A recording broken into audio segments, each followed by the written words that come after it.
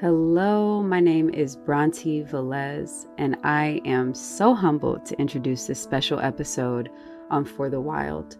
In this conversation, I join as a guest host to interview the brilliant and phenomenal and heart-centered and generous and right on time, Tiffany Lethabo King.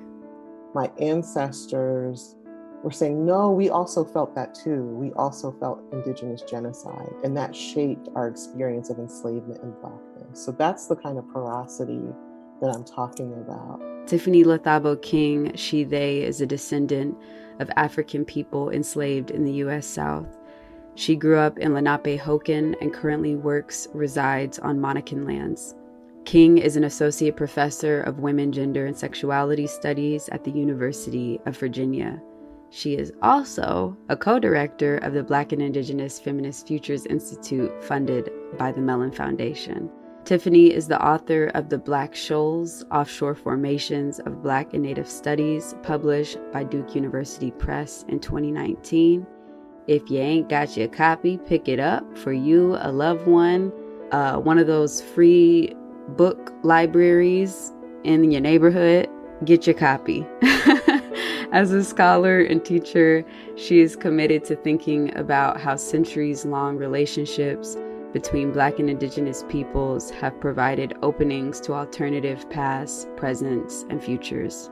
Black and Indigenous liberation struggles informed by feminist and queer politics, as well as artistic production and quotidian acts of survival and experimentation, inspires her forthcoming scholarly and community-building work. I loved this conversation with Tiffany, and I am so grateful for what emerged in our time together. Our conversation traverses sacred laughter, Black and Indigenous feminisms, sexuality, liberation, ceremony, and protocol. It was recorded in January of 2021. Elements of our conversation score a project called Can I Get a Witness?, a collaboration between For the Wild and Led to Life. Can I Get a Witness is a transmedia project that traces two queer Black Latinx femmes, myself and Steph Hewitt, dancing before and being danced by the ecology, memory, and stories of the Tongass National Forest and Glacier Bay in Southeast Alaska, unceded Tlingit, Haida, Tsimshian territories. Scored by field recordings and music by Jordi Rosales and Jose Rivera, interviews from For the Wild podcast with Tiffany King, what you're about to hear, Wanda Kashudaha and Kasayage, matriarchal Tlingit elders and lifelong forest defenders of the Tongass and Glacier Bay, interviewed by Ayana Young, with footage from Molly Lebov and Jade Begay. The film and constellated media utilizes dance as a grammar to hold the complexity of its narrative, tracing connections between melting ice in Alaska and the disappearing Caribbean, the separation of Black and Indigenous relations, and the critical suture that Black and Indigenous femme survival requires the Earth's health. Quote, dance as a grammar, unquote, and quote, the land's refusal to be separated from flesh, unquote, are beautiful offerings and signifiers you'll hear from Tiffany King in this interview. I want to extend my deepest gratitude to the brilliant and dear Jasmine Calderon Torres, who is my research and thought partner, my chismetics, my spiritual companion for this interview. I appreciate you so much. Thank you, Jasmine, for your study, heart, wisdom, and prayer, all that you contributed for this interview to be possible. To the listeners, I hope this conversation between Tiffany and I opens imagination and healing for you. I hope it brings you joy. I encourage you to also encounter the filmic aspects of this conversation through Can I Get a Witness? Enjoy!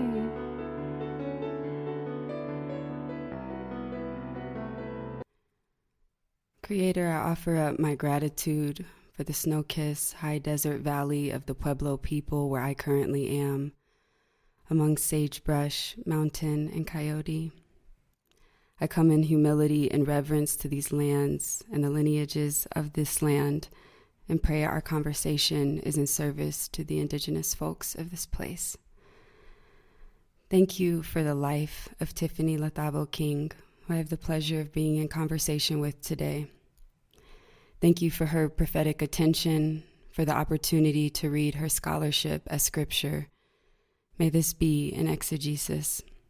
Thank you, Creator, for the way Tiffany allows the grammar of the land to speak through her, so that we might come to know, love, and care for one another with deeper and more rigorous intimacy.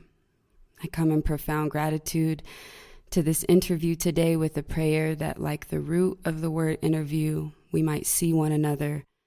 And as my friend Ariel Marie says, meet the art of interview as oracle. May the shoal, the alluvium, the glaciers, the desert, the rivers, the trees, the soil, the mountains, the ecotones speak through us. May we find the groove and the glitch.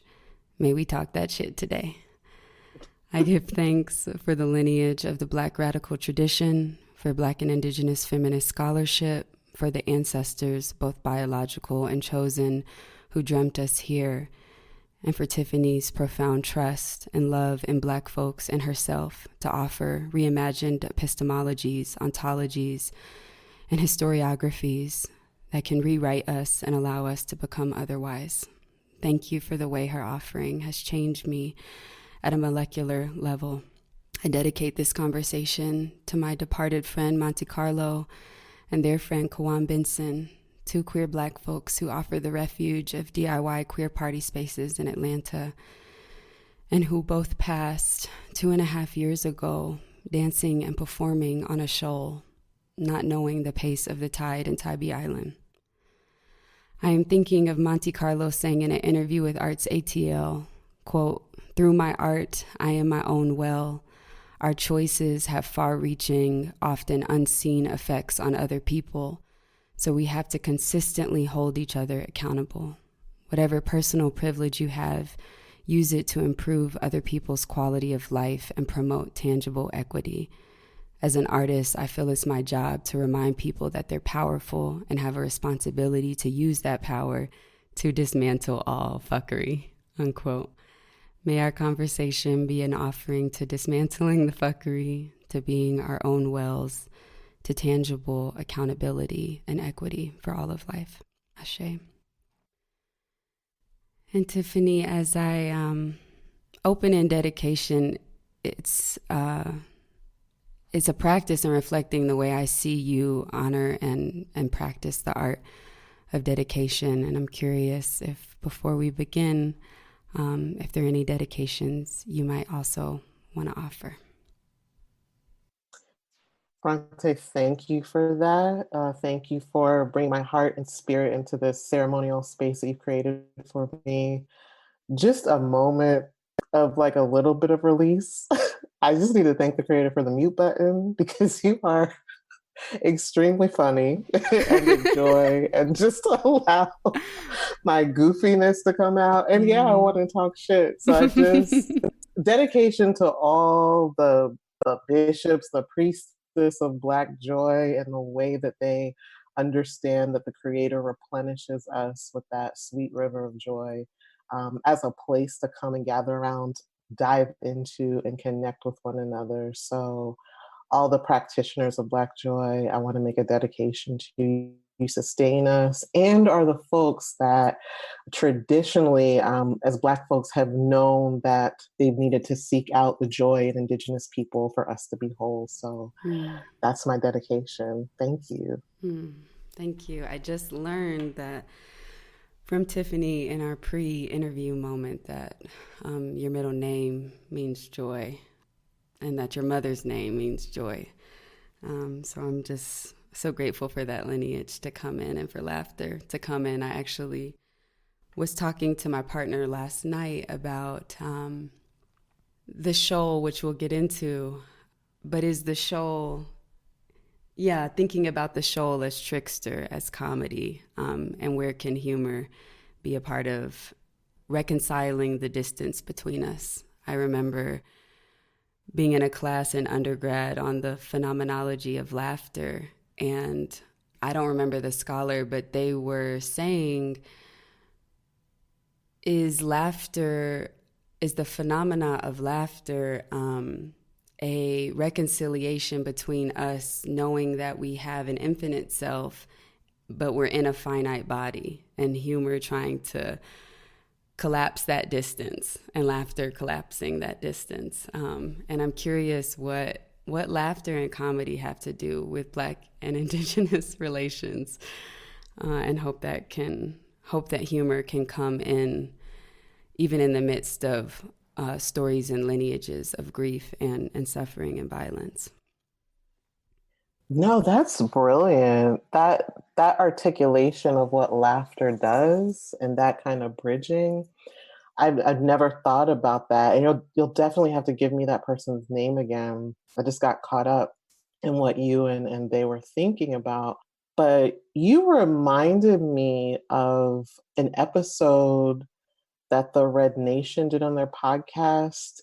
And I can't remember if it was Lindsay Nixon or Kutcha Riesling Balding, both people we should be engaging. We're talking about the use of laughter, humor, comedy for Indigenous people, like just as a mode of not just mere survival, but creativity and creating realities and possibilities through humor, right? And so it makes me think about something that a scholar who works on digital humanities, Andre Brock, who was thinking about the space and the use of humor on Black Twitter, and was thinking about how the emergence of Black Twitter, or that convergence of what we now call Black Twitter, around the moment when Black Lives Matter was organizing and after Michael Brown's murder, Andre Brock was articulating that a response to that kind of trauma was the emergence of some of the humor that comes out in Black Twitter, right? Like in the space of Black death, in the space of a global pandemic, he was talking about how we have some of the funniest moments of like Black ridiculousness on Black Twitter, right? And he's like, those things are related to one another, right? It's not just a release, but literally the creation of other possibilities, planes, universes for us to kind of exist. And what you were talking about that your friend said about this kind of collapsing and bridging, definitely I think our communities share that, right? Definitely Indigenous communities and Black communities have relied on humor as a particular kind of spiritual force. And I think that's something we need to take seriously. I mean, that could even be ceremony, like cracking each other up, right? And I just love being that. goofy and ridiculous. That definitely can be a gathering space. Definitely. I love that, to take humor seriously. Mm-hmm. And yeah, that was my partner, Jordi Rosales, who I was in conversation with last night. And it makes me think of a book I just saw that came out called We Had a Little Real Estate Problem, The Unheralded Story of Native Americans in Comedy by Cliff Nesteroff, which I want to get my hands on. And yeah, it makes me think of folks like Dallas Goldtooth and just the memetics and the power of memetics to change culture. And what you're saying to kind of, it makes me think of in reframing, how we relate to the space-time we're in, that comedy, what you're saying. And what, can you remind me of the scholar that was talking about Black Twitter? Andre Brock. Andre Brock. Yeah. I think it's called Distributive Blackness. Yeah, there's something about that, of being able to reimagine how you're relating to space through comedy. I've thought a lot about the ways that mockery and satire allow something else to become possible, and they feel like their own shoals, which I look forward to talking with you about. And the ways I was shoaled by your book and blessed. When I first encountered the text, I was recalling a breakfast that I had been at a kind of home centered around hospitality in Berlin called Matthew's Table. And this brother, John, I was with a dear friend visiting Berlin, and this person who's John, who hosts this space, him and his wife, Gail, are really committed to the lineages of Christian hospitality. And he prayed in the morning, God, please interrupt us with someone we can bless today. And I was like, I kind of opened my eyes like, oh, that's a prayer to pray. And I am praying that today, which I think your book feels like that kind of prayer of interruption. And I think of the way your text is a blessed interruption. In conversation with that moment, I think about the hospitality of your text and what you describe as, in the text, you write, quote, I write back to a porous and forever transforming practice that's an ethical project concerned with encounter. I write this because I trust Black people. I trust the radical and always shifting ground of Black freedom dreams. I also trust Black freedom dreams when they consider Native freedom, unquote.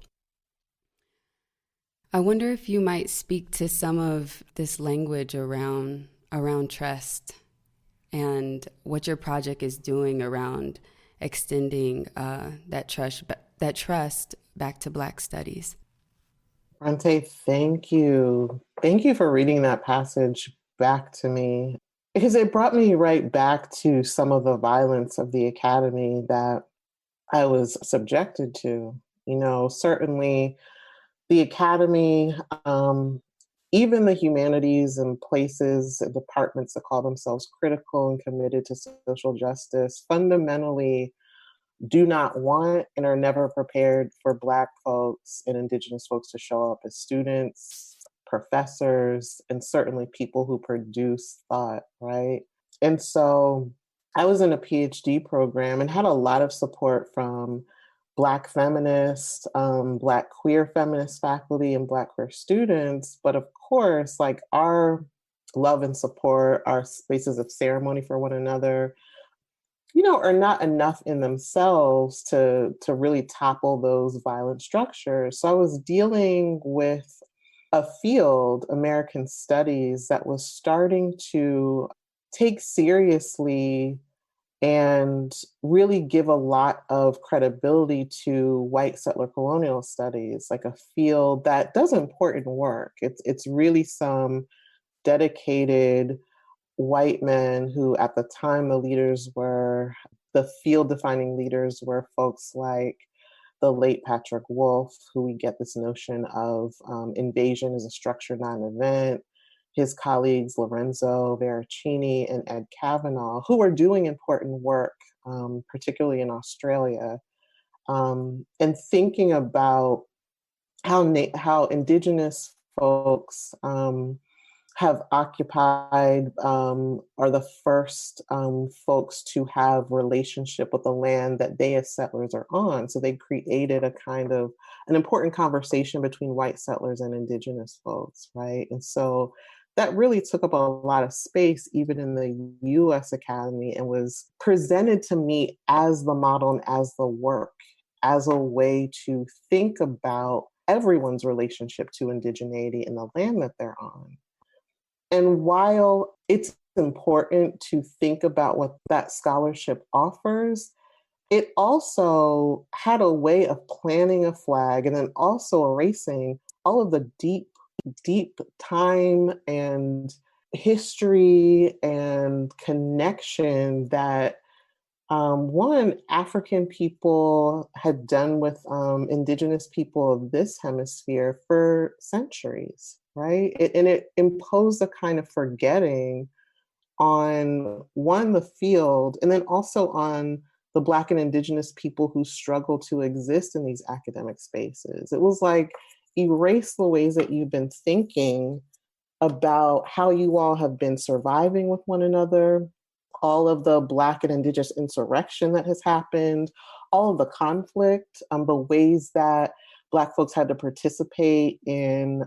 I'm just thinking about Jessica Marie Johnson's work when she's writing about the Chickasaw Wars, how Black people were conscripted into that and baited in order to gain their freedom, the ways that what we call the five civilized tribes, the Chickasaw, the Cherokee, right? Some of Muskogee Creek, right, were also baited into that lie of like, if you participate in the institution of slavery, we're going to recognize you and you will be understood as sovereign, right? The ways that we have had to create these kinds of, in the Harriet Jacobs sense, these loopholes of retreat to get out of those binds and find ways to relate to one another on other terms, right? And so I'm so grateful for the ways that I think it's Amber Stark, who's Melanin Muskogee, and folks like Holiday Simmons are using, right, their own histories as Afro-Indigenous people to say, no, we have these histories of collaboration, of insurrection, of love, erotics, of humor for centuries. And you're not going to erase that. And I had to dip into that and remember, no, there's another way for Black people to talk about the ways that we have tried to actually get around white people as folks who could mediate that relationship between Black and Indigenous people. And I'm not going to let white settler colonial studies dictate how I talk about how Black people relate to Indigenous people. It doesn't make sense and it doesn't feel right.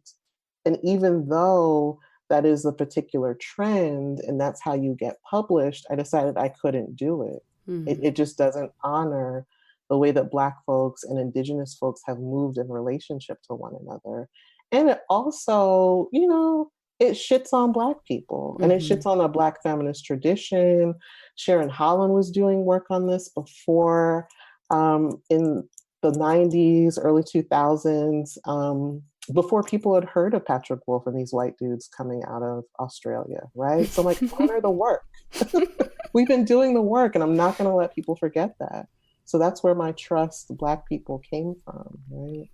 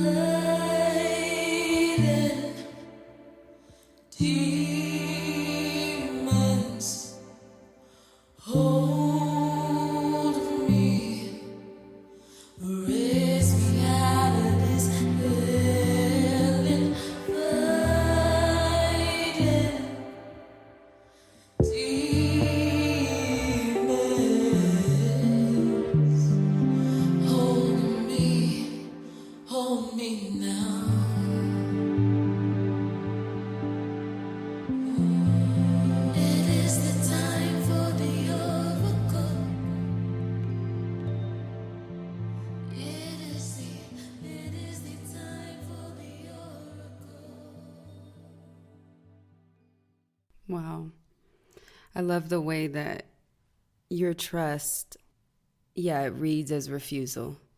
And I read that in the way that you talk about, you wrote this text so that you could live with yourself. And I'm so grateful for that refusal to engage a type of historiography where we were only surrogates for white supremacy. And that's the only way we related to one another. But that actually there were also so many other ways that we were connecting and caring and loving one another, which I think I'd love to continue talking about later in the conversation around love and eros. I just want to signal that. Holiday Simmons, a little side note, my mentor from like childhood, like when I was a teenager. It's very deep. Holiday, calling you into the space. Yeah, thank you, Holiday. We love you. They make the best brunch, I'm telling you. I can't wait to be in their company again. But yeah, good people. Well, I'm struck by, before we get into, we're going to get there about what is a shoal And before we go there, I want to keep following this thread of refusal and the way that our lives and our ontologies are actually shaped in conversation. And when I say our, I mean Black folks in conversation with Indigenous peoples in Turtle Island.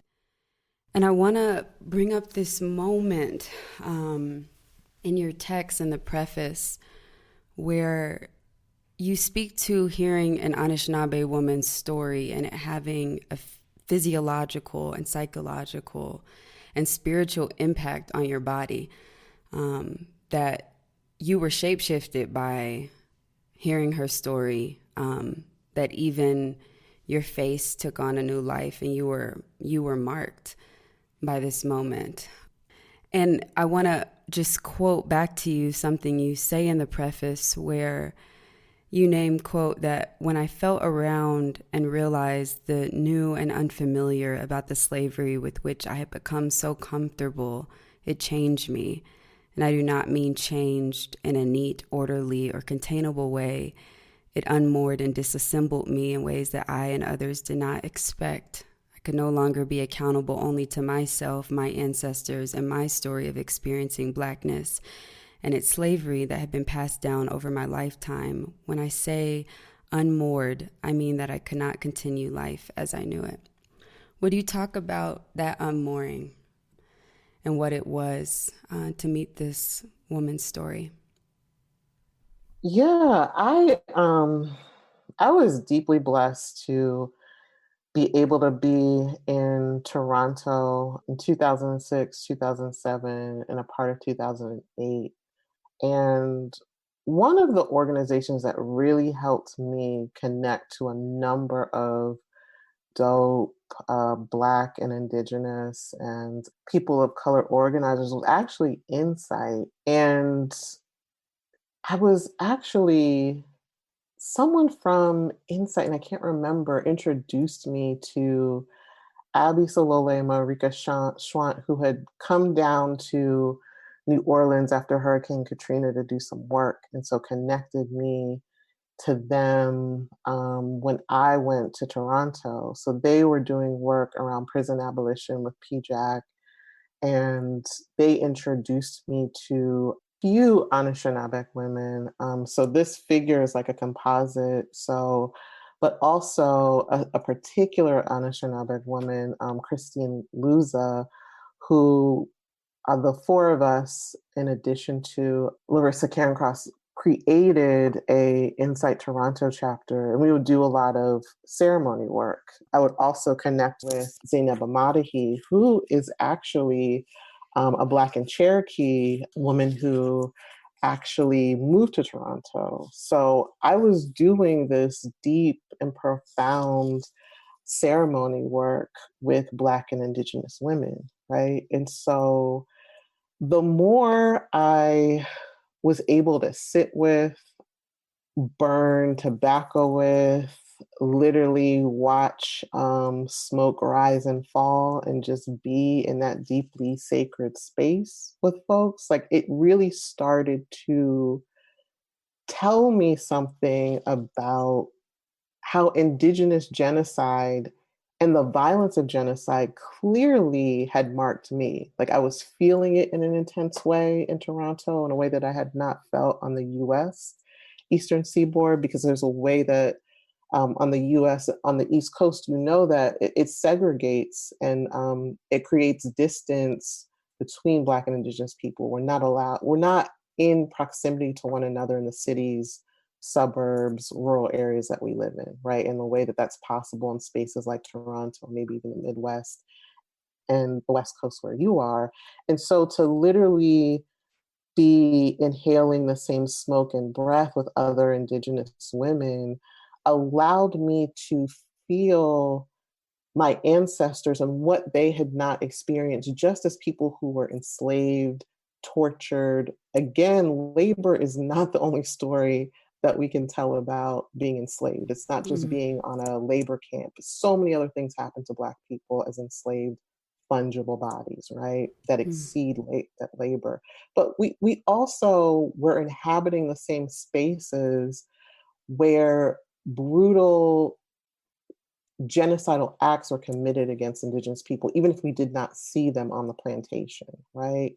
So Black people felt that. And that's what I'm talking about the porosity, right? And so to understand that we carried and coexisted with that violence, even when we didn't share spaces with Indigenous people. And because of the work of Zainab Amadahi, for instance, who told me that her family that was coming off of the plantation in Green, Virginia, were she knows that both her Cherokee ancestors and Black ancestors were enslaved by white people at the same time. So that also messes up our Wow. narrative of Cherokee enslavement, right? So we have all of these kinds of intimate knowledge of Indigenous genocide through being enslaved on the plantation, being enslaved by them, right? Being enslaved next to them, also being on the ground where genocidal violence happened, that again, the US forces us to forget. And when I was allowed to be in that sacred space, that deep relational space with folks like Christine and like Zainab, I could touch down into that and sit in that again, Bronte, and realize that my ancestors were saying, no, we also felt that too. We also felt Indigenous genocide, and that shaped our experience of enslavement and Blackness. So that's the kind of porosity that I'm talking about. And that's the kind of porosity that deeply affected me. And I didn't know what to do with that knowledge, right? Mm. I didn't necessarily have the skills, and even the folks who were holding me and supporting me couldn't do all the kind of the caretaking that I needed. So I needed to take a break. I needed to take a break, and I needed to actually leave the academy for a little bit to just let it change me and take me to a different place and take me to a different place so I could do this work, and engage in all the deep pain of it and the joy of it. Wow. Wow. There's something about the smoke and breathing the same breath and realizing we've been breathing the same breath and sending up the same prayers that feels really, really strong to hear. And there's something about you leaving the academy to actually be impacted, to actually let it impact you. That is really both, I feel the grief of what that moment was and can feel you in that moment having to actually leave, that the academy couldn't hold you in the spiritual experience of being reshaped. And also your dignity to know that you needed to do something different. I've definitely been thinking about how today is Friday when we're chatting, and I have a practice of honoring Shabbat, Sabbath, coming toward the evening. And so there's something about Sabbath for me that feels like a refusal. It feels like leaving and you going into that sabbatical, into another space time to allow it to work on you is really powerful, because I think this kind of what you call conquistador humanisms or kind of white settler colonial time can't hold that kind of shape-shifting. I'm just sighing and being my Mm-hmm. way through what you're saying. Just one where you just had me shift for a moment was when you were repeating what I was saying about being in ceremony space and being able to breathe in the same smoke and other people's breath, share breath. And I'm thinking about, wow, how that hit me in my gut on that I've been missing other people's breath, right? I have been interacting with my loved ones, my friends through a barrier, right? Mm-hmm. Literally to protect each other from one another's breath. We've been wearing masks, right? So Mm-hmm. I have done birthday parties, just speaking about having spent time with Holiday and Brunch, was in a mask in Holiday's house with other folks. And so I'm missing people's breath. Like Mm-hmm. and when you said that hit me on a really profound level. People's breath changes you, not just to build immune systems, right? Which my friend Bettina Judd reminded me of, but just as a relational kind of eating, like a kind of meal, a kind of sustenance. You need someone else's breath, right? On different scales. From your partner, from your loved ones, from community, you need other folks' breath. And so that kind of work that Indigenous folks, particularly I'm noticing and paying attention to the work of Indigenous and Black femmes, like our attention to that is something that also even the most progressive kind of white radical politics that is starting to acknowledge the demand for land back and acknowledge the most radical kinds of elements of Black abolition cannot give me, right? It can never be a substitute for the kinds of decolonial imaginaries and transformative abolitionist politics that Black and Indigenous folks have been sharing with one another, right? It's never a substitute for that.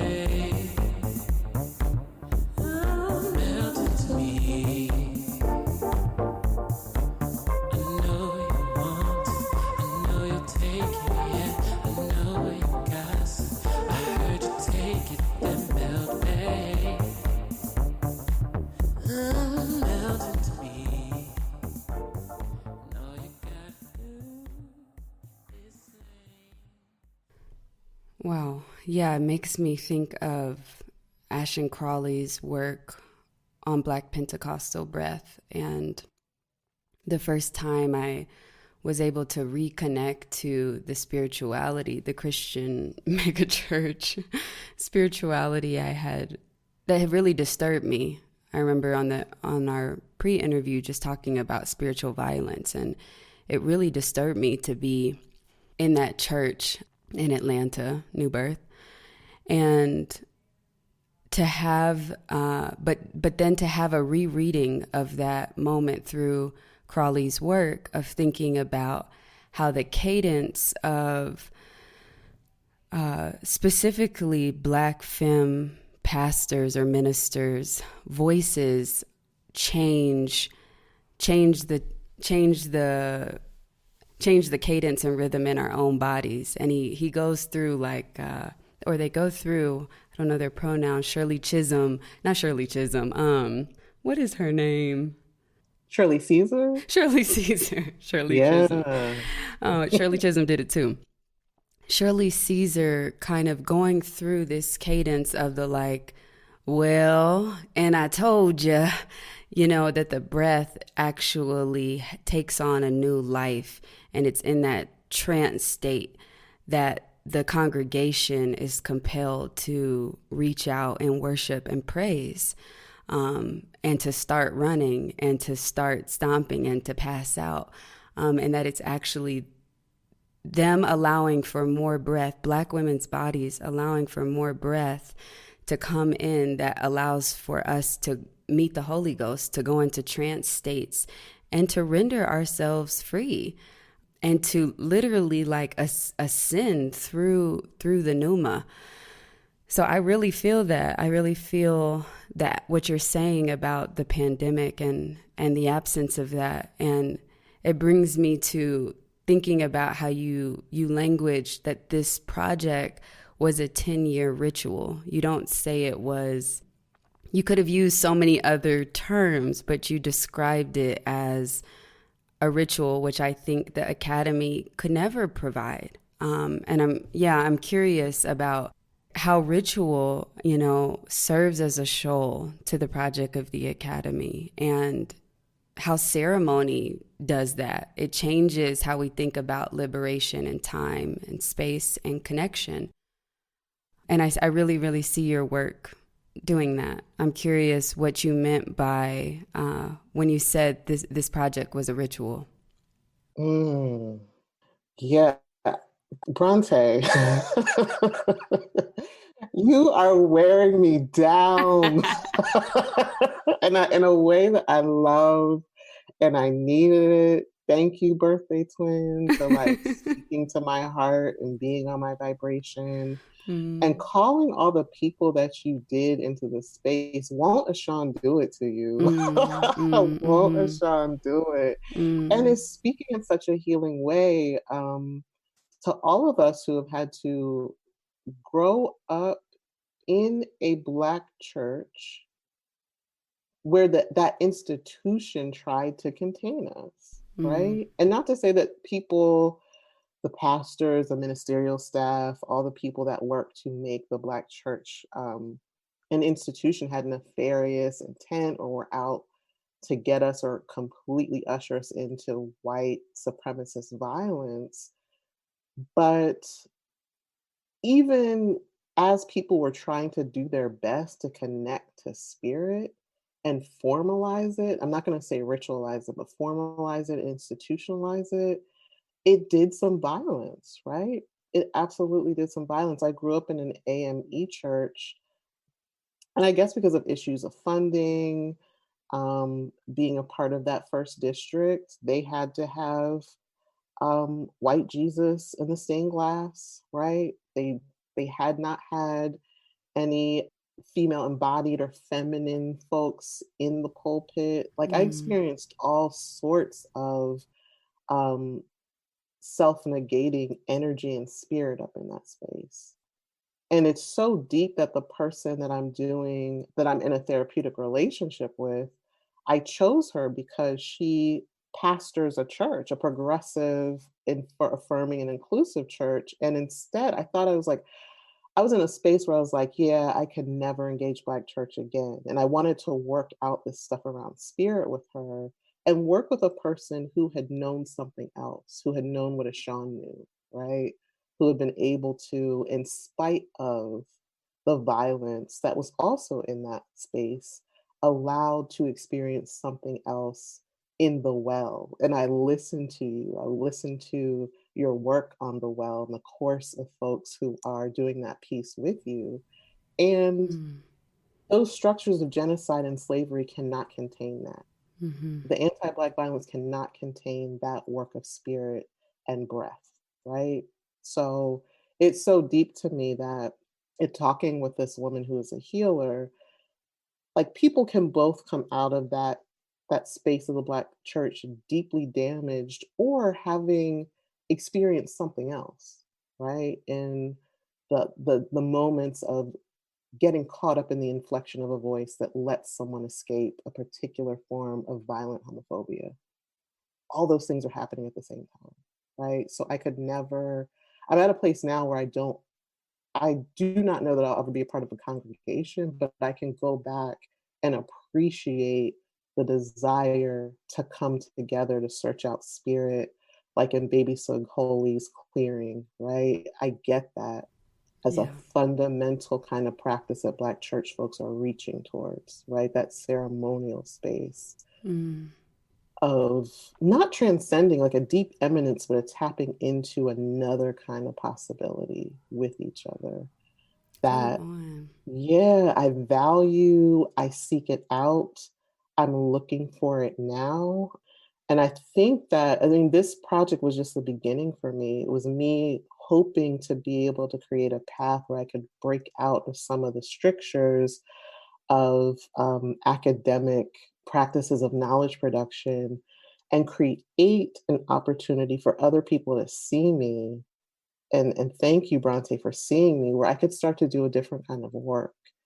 And it reminds me of the way that Jackie Alexander moved through the space at the University of Toronto when I was there, Jackie was on some other stuff. She's like, if this work ain't breaking you down and creating a crisis for you, I don't know what you're doing.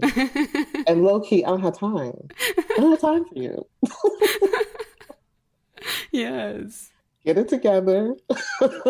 When you're Mm, willing to be transformed mm, by this work, let's talk. Until then, I don't have time. mm, And that's what I love about Black studies and all the people that you just named, Ashawn in particular, that just came to mind.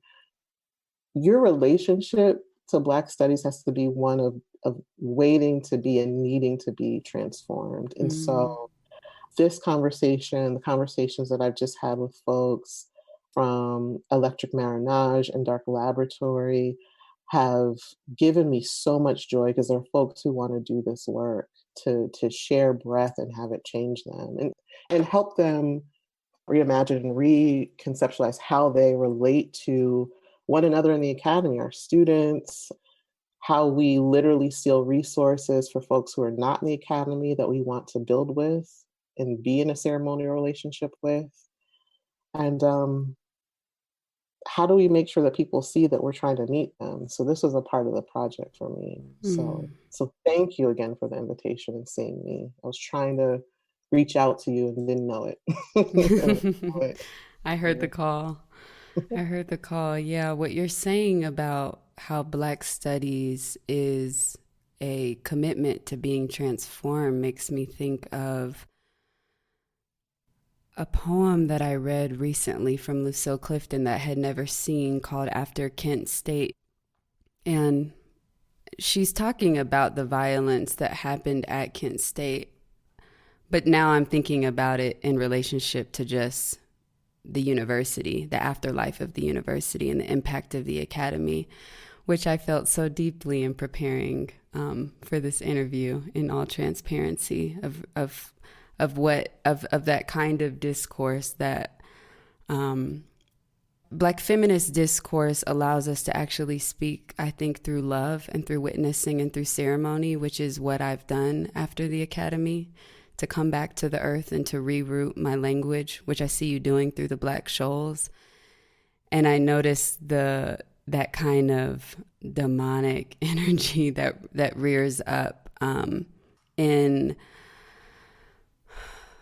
the kind of ways that the academy makes you think you don't have your shit together, you know, or that you don't know, or privileges a certain kind of epistemology.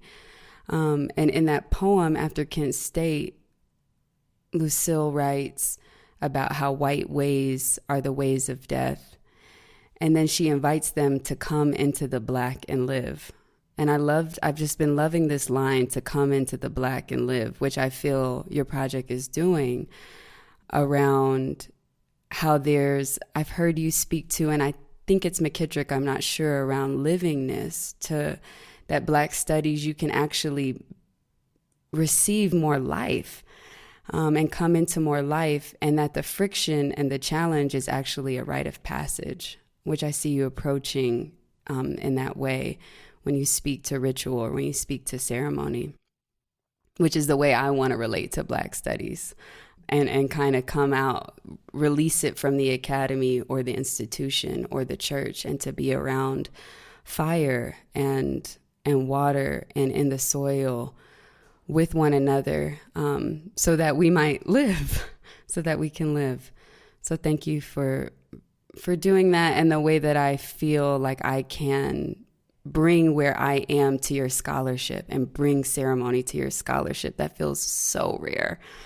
Feels very, very rare. No, thank you for that.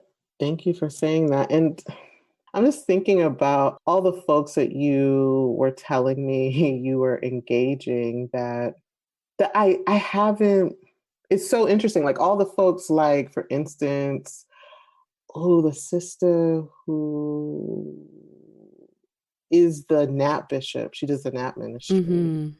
Trisha Who Hersey. Trisha Hersey, thank you.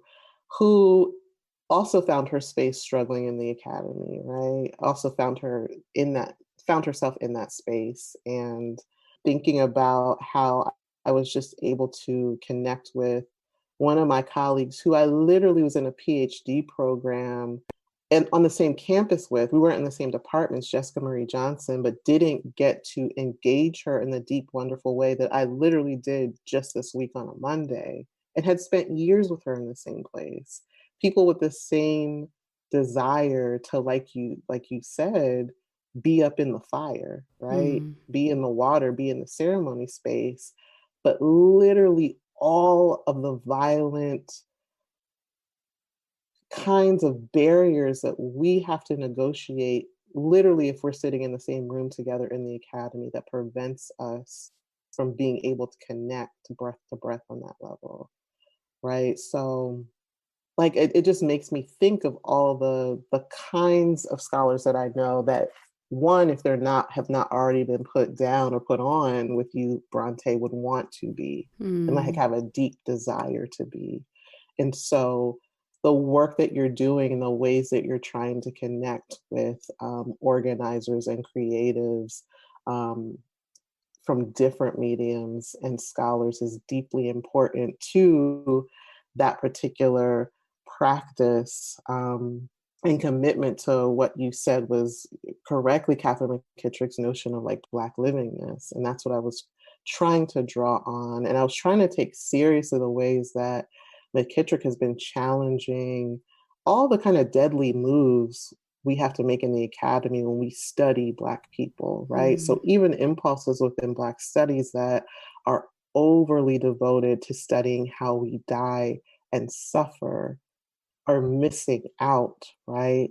Are not necessarily heeding to that call that there is Black livingness nonetheless, right? Mm-hmm. Next to that Black kind of death, Mm. right? That we can choose to move with. We can choose to move with that current.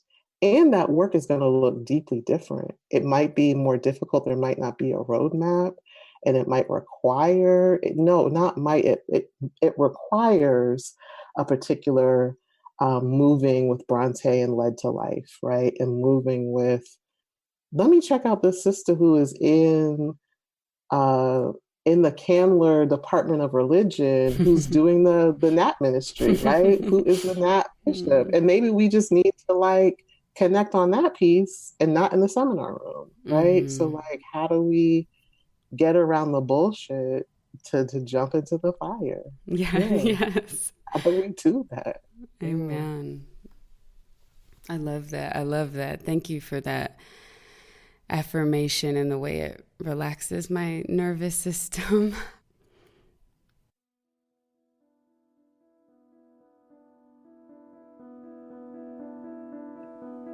Thank you for listening to part 1 of Bronte Velez's conversation with Tiffany Lethabo King. To listen to part 2, tune in next week. The music featured in this episode was by Lark Hall, Stony Creation, and Monte Carlo, one of the artists this conversation was dedicated to. For the Wild is created by Ayana Young, Erica Ekram, Francesca Glassfell, and Julia Jackson.